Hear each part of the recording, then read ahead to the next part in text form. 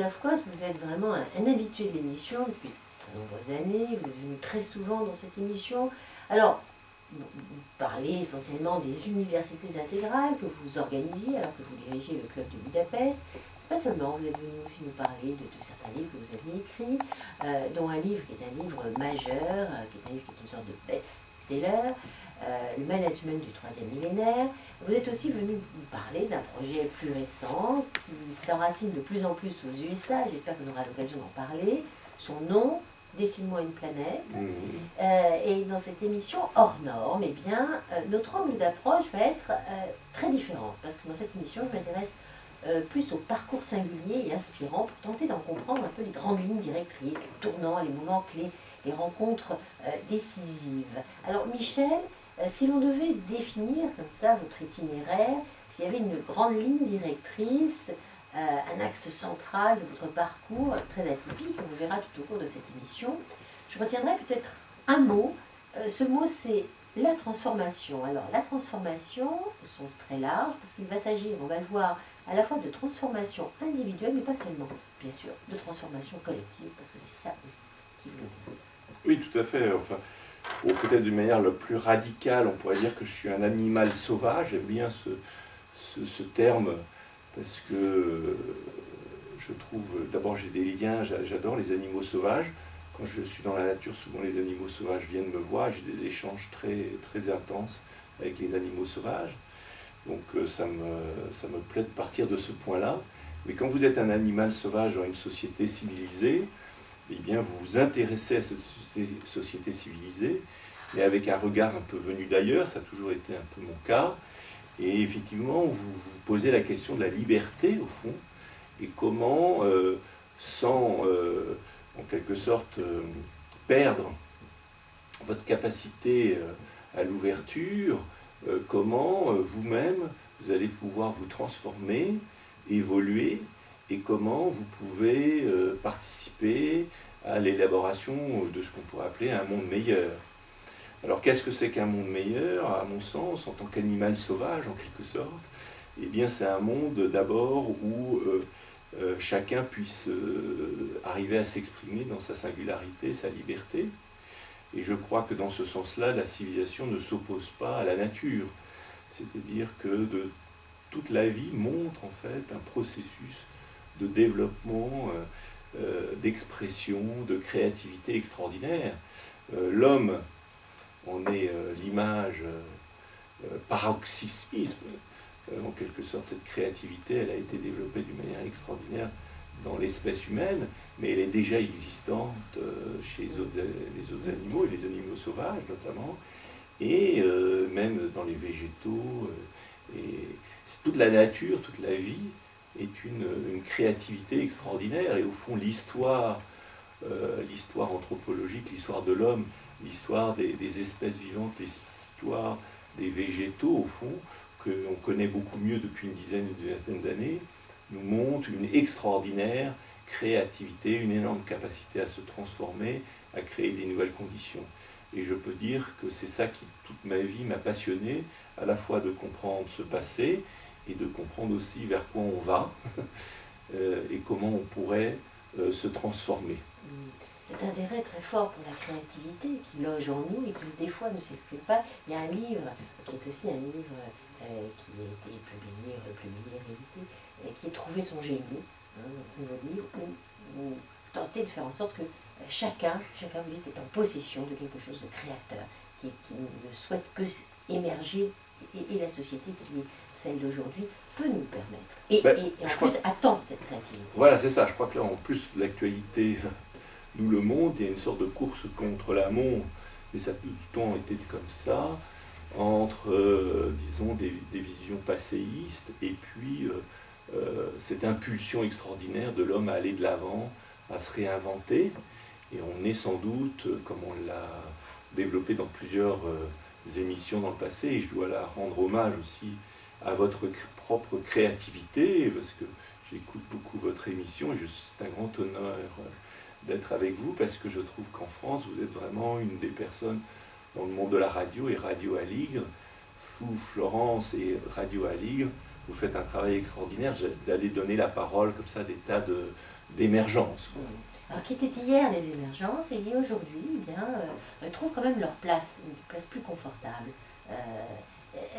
On va reprendre votre parcours, Michel Salov-Coste, et peut-être, j'espère, nous aurons l'occasion de reparler de tout cela dans une autre émission, mais intéressons-nous à votre itinéraire. Né en 1955, père chirurgien, collectionneur, parents, on va dire, plutôt dans la réussite. Comment vous vous sentiez dans cette famille, Michel Salov-Coste? Bah, c'était tout de même un grand bonheur parce que j'ai eu tout de même la chance, je dois dire, d'être dans une famille qui se retrouve donc à la sortie de la guerre. Ils avaient vécu tous les deux la guerre avec une période très dure où ils faisaient leurs études pendant la guerre. Donc ils avaient connu, mon père me raconte comment pendant la guerre il avait acheté un grand sac de riz de 5 kilos et comment pendant une année il a vécu sur son sac de riz en préparant ses études de médecine. Donc une période assez troublée. Et puis après, évidemment, il se rend compte d'ailleurs dans l'école de médecine et il crée une famille alors typique des années 50. Mon père s'installe en tant que chirurgien et les choses se passent plutôt bien. Ils ont 5 enfants, moi je suis l'enfant du milieu. Et mon père est effectivement collectionneur d'art, comme beaucoup de médecins ou de chirurgiens à l'époque. Et c'est tout de même un élément important pour moi parce que je vais découvrir beaucoup. Alors, il collectionnait essentiellement l'école de Paris, donc je découvre l'école de Paris. Et aussi à travers mon grand-père, ou plutôt mon grand-père d'adoption, parce qu'il n'était pas directement relié au niveau d'un lien de sang. Mais ma grand-mère s'était en quelque sorte remariée avec lui, et ce grand-père, qui n'avait pas de lien de sang avec moi, en tout cas avait un lien spirituel très très fort avec moi. Enfin, on a eu une rencontre d'âme très importante parce qu'il était peintre de l'école de Paris. Il a été d'ailleurs professeur aux Beaux-Arts, Roger Chastel. Et dans ma jeunesse, c'est un peu une personne atypique qui va toucher en moi la dimension poétique, la dimension de création très tôt.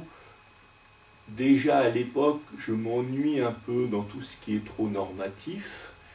Et lui, c'est quelqu'un, c'est en quelque sorte un animal sauvage.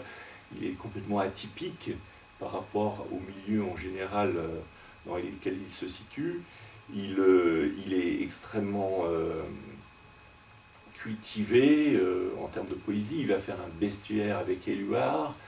On voit Éluard à la maison, etc. Donc il y a tout un contexte de créativité intellectuelle qui va énormément me nourrir et qui va faire que, eh bien, dans les années 70, je décide à la fin de mes études primaires et secondaires, finalement, de rentrer aux Beaux-Arts. C'est ce qui me semble le plus adapté. Et je rentre d'ailleurs dans son ancien atelier. Entre-temps, lui, il a pris sa retraite. Et l'atelier est dirigé à ce moment-là par le peintre qui a pris la succession de mon grand-père dans cet atelier des Beaux-Arts, qui est Gustave Singer. Et ça va être déjà une première rencontre. Et pour la première fois d'ailleurs, puisque mes études primaires et secondaires sont très contrastées, c'est-à-dire que je m'ennuie beaucoup, le système scolaire classique m'ennuie beaucoup, et je suis déjà j'ai une sorte de révélation d'abord en philosophie, ce qui après va devenir un élément central de ma vie, c'est-à-dire qu'en terminale, et ça c'est très spécifique à la France, on a, comme vous savez, une année consacrée à la philosophie, et heureusement en tout cas pour moi, parce que moi ça m'a donné un peu de l'air, et j'ai découvert une passion pour la philosophie à ce moment-là. Et aussi j'étais pas mauvais en mathématiques, mais par contre, et d'ailleurs un de mes frères est entre-temps devenu un mathématicien assez important, donc on avait un peu cette capacité mathématique, mais contrairement à lui qui va le développer au plus haut niveau, moi, les mathématiques me paraissent un peu arides, et au fond, ce qui m'intéresse et ce qui va être l'espace de recherche et de réflexion durant toute ma vie, c'est finalement la philosophie, et par intérêt aussi à l'intérieur de la philosophie, les sciences sociales, la psychologie, les sciences, ce qu'on appelle les sciences humaines en fait.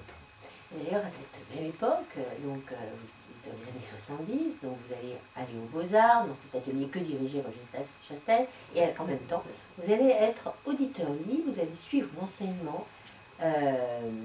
l'enseignement de quelqu'un qui va être quand même extrêmement important, que vous qualifiez comme étant le philosophe le plus important de la deuxième moitié du XXe siècle.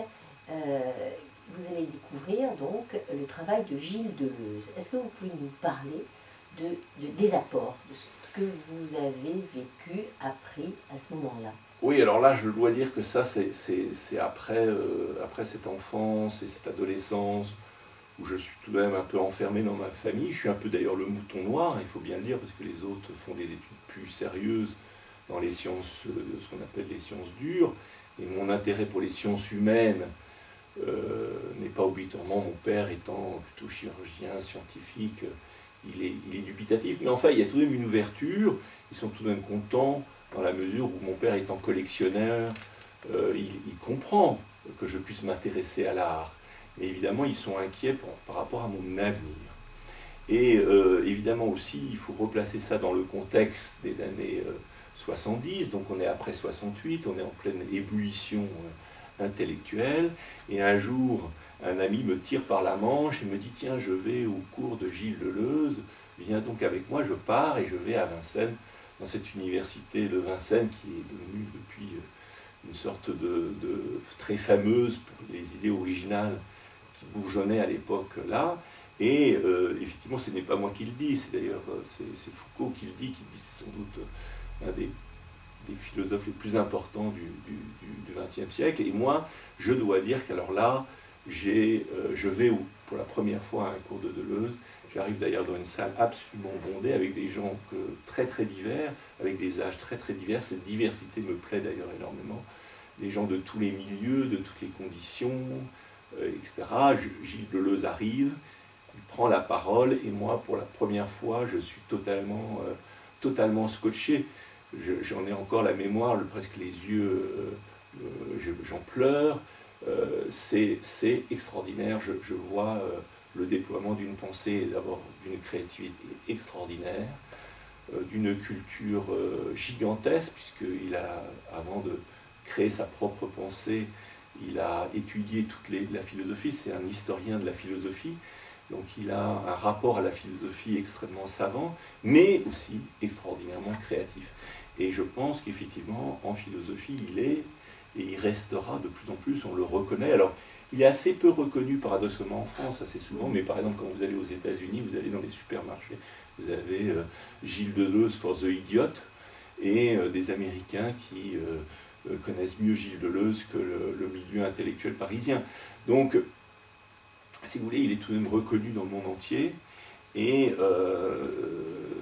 je crois que son trait, c'est d'avoir justement aussi pensé de manière extraordinairement originale, et c'est l'essence de la philosophie, la question du sens et de la création individuelle, et la création du sens collectif de l'évolution. Il va être donc très important pour vous, il va donner, je dirais, il va structurer votre démarche, et on s'en rend déjà tout à fait compte, là dans les premières années de votre vie. Art et philosophie sont déjà deux maîtres mots, et ils vont jalonner d'ailleurs tout votre parcours. Il va y avoir, Michel Salov-Kost, des allers-retours permanents entre philosophie et art. Alors, autre choc important, très important, celui-là, vous allez l'avoir en vous rendant à New York pour votre voyage d'études. On est, situation à peu près fin des années 70. Déjà, pourquoi est-ce que vous allez à New York Ben écoutez, c'est très étrange, mais ça va arriver très souvent dans ma vie, et je pense que c'est c'est très spécifique de la création. C'est-à-dire que, en fait, je prépare un voyage sur l'Inde. L'Inde est très à la mode à l'époque, etc. Je prépare un voyage en Inde. Je suis d'autant plus attiré par l'Inde parce que j'ai commencé depuis 4-5 ans à faire du yoga. Je suis attiré par le yoga. J'avais fait aussi, dans le cadre de ma recherche philosophique, l'étude comparée des religions. Et dans ce contexte, je trouve que le yoga et la spiritualité indienne est très intéressante. C'est la mère de toutes les spiritualités. Donc, philosophiquement, je suis très intéressé par l'Inde. Et bizarrement, par une sorte de coup de tête, au moment où j'arrive à la période où je vais pouvoir partir, parce que en quelque sorte j'arrive à la fin de mes études et j'ai plus de disponibilité, de liberté, et puis comme beaucoup de jeunes aujourd'hui, mais déjà à l'époque, se pose la question de faire un voyage un peu d'études, un voyage de fin d'études, un peu quelque chose. Et bien finalement je me dis, bon, de toute façon je vais chercher en Inde l'éternité, mais finalement l'éternité j'ai tout le temps de le trouver. Peut-être ça pourrait être intéressant de m'intéresser à mon temps, avant de m'intéresser à l'éternité et au passé. Et au dernier moment, finalement, je bifurque et je pars dans le sens inverse à New York. Voilà. Et à New York, j'arrive donc finalement dans un voyage qui n'est pas tellement préparé, parce que le voyage que j'avais préparé, c'est l'Inde. Et là, le deuxième jour, bon, je suis un peu perdu. C'est très très différent de tout ce que j'imaginais. J'habite dans un des quartiers les plus... bon, j'ai pas beaucoup de moyens, donc je partage un appartement avec un acteur qui est encore au début de sa carrière, hein, et qui habite un des quartiers les plus défavorisés de New York. Et donc on est dans un quartier tout très, très underground, bon, etc., avec plein de tags partout, beaucoup de clochards, etc. C'est assez impressionnant. Mais enfin, je suis jeune, je trouve ça toujours, quand on est jeune, on trouve ça toujours. Et je vais dans un petit restaurant, etc. Et je tombe sur Andy Warhol, que je connaissais déjà, un peu de nom, de photos, etc., qui n'était pas très connu. Mais quand vous étiez dans le milieu de l'art, vous connaissiez déjà, vous avez entendu parler, c'était pas possible de parler. Et c'est vrai que alors là, je suis tout de même un peu étonné de le rencontrer comme ça le deuxième soir où j'arrive à New York. Et il se trouve que j'ai quelques peintures que j'avais fait sur des petits cartons, des essais de peinture. Et donc je vais vers lui, je lui offre une peinture et puis on sympathise. Et à ce moment-là, je bascule dans la scène artistique new-yorkaise qui est évidemment complètement différente de mes points de repère parisiens, parce qu'on était à l'école des Beaux-Arts à l'époque complètement encore dans ce qu'on appelle l'école de Paris, c'était en fait l'art moderne, et au fond Andy Warhol, grâce à Andy Warhol, et le choc de New York, je découvre l'art contemporain, le pop art, et ce qui va faire complètement évoluer mon expression. Je vais me mettre à explorer les médias modernes, les médias contemporains. Je vais être un des premiers photographes, artistes à explorer non pas la photo noir et blanc, mais la photo couleur. Je vais faire toute une série de photos couleurs qui va d'ailleurs intéresser le centre Georges Pompidou, et je vais être invité à faire une exposition. Je suis sans doute un des plus jeunes artistes à exposer à ce moment-là, juste à ma sortie des Beaux-Arts au centre Georges Pompidou. Et c'est vrai que ce choc de New York, où je comprends brusquement qu'effectivement après-guerre, même si Paris ne s'en est pas rendu compte, et même si on ne me l'a jamais dit dans mes études, eh bien, en fait, le centre de gravité de la création planétaire s'est déplacé de Paris à New York. Beaucoup, parce que d'abord, beaucoup des artistes les plus créatifs ont quitté l'Europe pour New York pendant la guerre, et aussi parce que les Américains ont une sorte de liberté, de liberté de pensée, de liberté d'expression, qui vient aussi du fait qu'ils sont sur un territoire nouveau, sans réelle tradition, ou sans toute la tradition historique que nous avons ici. Alors je découvre tout ça, et à ce moment-là, j'ai toute une partie de ma vie qui s'exprime au niveau qui se transforme, disons, d'une œuvre de création plutôt dans un esprit moderne à un esprit plutôt contemporain, ce qu'on appelle postmoderne. Et à ce moment-là, d'ailleurs, je commence à rédiger un livre qui va connaître différentes transformations, mais qui, dans sa première version, s'appelle La post-histoire, et qui est en fait une tentative de comprendre philosophiquement ce glissement en fait de la modernité à la postmodernité. Michel Xalov-Coste, on est ensemble pour une heure d'entretien. On essaie de voir l'itinéraire, les grands axes de votre vie. On verra dans quelques instants qu'il y a un autre moment charnière. Vous avez, dans un première partie de votre vie, suivi Deleuze, rencontré Andy Warhol, vous avez été photographe pour Vogue, vous avez fait cette exposition avec des photos couleurs à Beaubourg. Et bien, s'engager un autre itinéraire un tournant dans votre vie. Vous avez à peu près 30 ans, on va voir dans quelques instants.